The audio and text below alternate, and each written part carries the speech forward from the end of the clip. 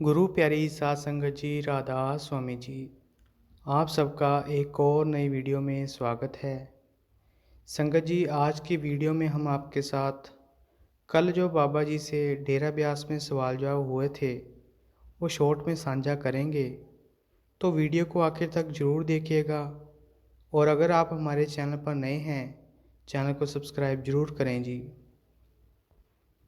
किसी ने सवाल किया कि बाबा जी, मेरी 10 साल बाद पर्ची निकली है। मैं 10 साल से कोशिश कर रही थी। इतनी खुशी मुझे नामदान के वक्त हुई थी जितनी अब हुई है। बाबा जी ने कहा, बेटा हम छोटी छोटी बातों में फंस जाते हैं। अगर आपने कुछ बातें बोल दी और मैंने कुछ बातें बोल दी तो उससे कुछ नहीं मिलेगा। बाबा जी ने कहा, बेटा जो भी मिलेगा अंदर से मिलेगा। हमने तो मालिक का शुक्र करना है और तभी मालिक की बख्शिश होगी जब हम असल कमाई में लगेंगे। फिर किसी ने सवाल किया कि बाबा जी, जब लाइफ में गलती हो जाती है तो कई लोग बड़ों के पास जाते हैं और अपनी कुंडली दिखाते हैं, तो उन्हें कुंडली दिखानी चाहिए। तो बाबा जी ने कहा, बेटा मालिक की बनाई हुई किस्मत कोई बदल सकता है। अगर हमें पता चल जाए कि हमारी ज़िंदगी में क्या होने वाला है तो सोच समझकर हम चल सकते हैं, लेकिन हम सोचते नहीं हैं और अपने ऊपर और बोझ डाल लेते हैं और जिससे हमारे अंदर और कन्फ्यूज़न हो जाती है। तो बेटा जो भी हो रहा है मालिक की मौज के साथ हो रहा है। एक भाई साहब ने सवाल किया कि बाबा जी गलतियाँ बहुत हुई हैं, बाबा जी दया करना, माफ़ी देना। बाबा जी ने कहा कि बेटा मालिक ने ज़िंदगी सीखने के लिए दी है। हम माफ़ी तो मांग लेते हैं लेकिन सीखते नहीं।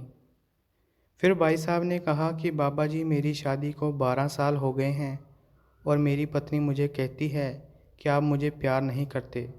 मैं कभी कभी वाइफ को ये भी कहता हूँ कि मैं तुम्हारे लिए सूट ले देता हूँ या कोई और चीज़ ले देता हूँ, लेकिन फिर भी वो बोलती है कि आप मुझसे प्यार नहीं करते। यह सवाल सुनकर सभी हंसने लगे। फिर बाबा जी ने मुस्कुराते हुए कहा, बेटा सब बीवियों का यही हाल है। बेटा हम उन्हें खुश नहीं कर सकते, बस आप कोशिश में लगे रहो। फिर एक लड़के ने सवाल किया कि बाबा जी सत्संग में बोलते हैं कि देवी देवते भी इस बंधन से आज़ाद नहीं करवा सकते, केवल पूर्ण संत ही इस बंधन से आज़ाद करवा सकते हैं। लड़के ने कहा, बाबा जी पूर्ण संत कैसे निकाल सकते हैं? बाबा जी ने मुस्कुराते हुए कहा, मरवाएगा तू मैनू। इस बात पर सारी संगत हंसने लगी। फिर बाबा जी ने कहा कि बेटा मालिक एक है, अब उस मालिक को कोई समझ नहीं पाया। सब उस मालिक की ही ताकत में से निकले हैं। हमने उस ताकत को अलग अलग नाम दिए हैं।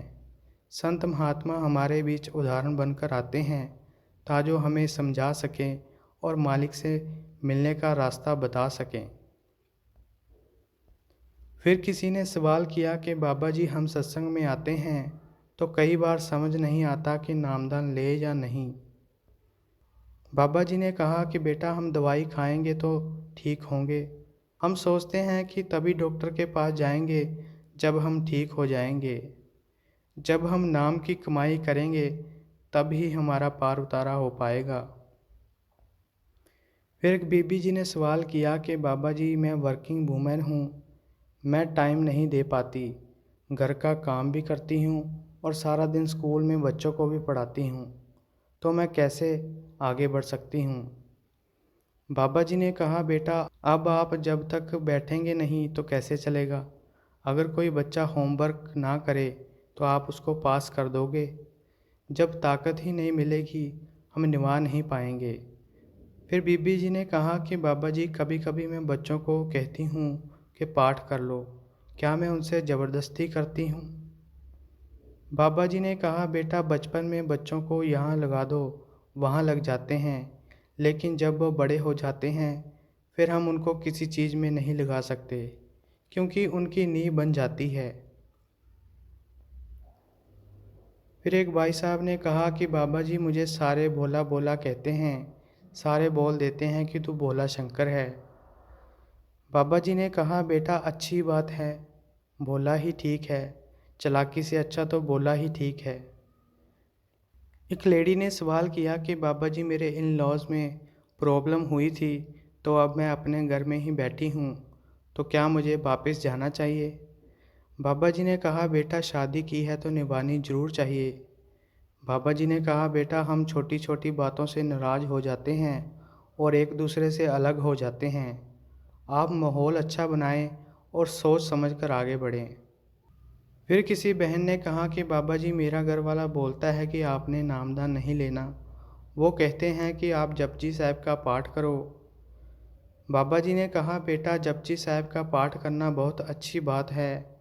जब भी हम जपजी साहब का पाठ करते हैं तो जो लिखा होता है उसको समझने की कोशिश करें, घर का माहौल अच्छा बनाएं, जल्दबाजी ना करें। फिर बहन ने कहा कि बाबा जी हम 3 बहनें और एक भाई हैं। मेरे भाई के लाइफ में बहुत प्रॉब्लम आती है। तो बाबा जी ने कहा बेटा 3 बहनों के लाड़ प्यार ने भाई को बिगाड़ दिया। उसको हिम्मत देकर सही रास्ते पर चलाएं। बहन ने कहा कि बाबा जी हमारा भाई सेवा में कम आता था, लेकिन हम तीनों बहनें सेवा पर आती हैं। हमारी सेवा का फल उसको मिल जाए। बाबा जी ने कहा बेटा सेवा क्या होती है? सेवा तो वो होती है कि एक हाथ करे तो दूसरे हाथ को पता नहीं होना चाहिए। बाबा जी ने कहा बेटा जो इंसान दुनिया में आता है वो अपने कर्म लेकर आता है और जो भी मिलेगा अपने कर्मों के हिसाब से मिलेगा। हमने तो उसके भाड़े में रहना है। फिर बहन कहने लगी इस पे दया करो, उस पे दया करना। बाबा जी ने कहा सारी रामायण सुन के आखिर में ये पूछा कि राम और सीता जी का क्या रिश्ता था। ये बात सुनकर सारी संगत हंसने लगी। फिर किसी ने पूछा कि बाबा जी हम 84 में क्यों आए हैं? बाबा जी ने कहा हम सब समझते नहीं हैं। बाबा जी ने समझाया कि अगर किसी का ट्रक के साथ एक्सीडेंट हो जाए तो वो वहाँ बैठकर ये सोचेगा कि ट्रक ने मुझे क्यों मारा, जब पहले डॉक्टर के पास जाकर अपना इलाज कराएगा। तो लड़के ने कहा कि बाबा जी इलाज करवाना चाहिए।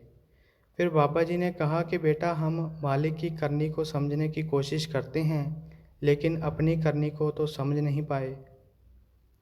फिर लड़के ने कहा कि बाबा जी पलटू साहब ने अपनी बाणी में लिखा है, संत देते हैं फेर लिखा नसीब का। बाबा जी ने कहा बेटा मैं तो किस्मत नहीं बदलता। यह बात सुनकर सारी संगत हंसने लगी। बाबा जी ने कहा बेटा आपका पाला पुट्ठे बाबे से पड़ गया है। जो भी मिलेगा अपनी करनी से मिलेगा। तो संगत जी आज की वीडियो में इतना ही।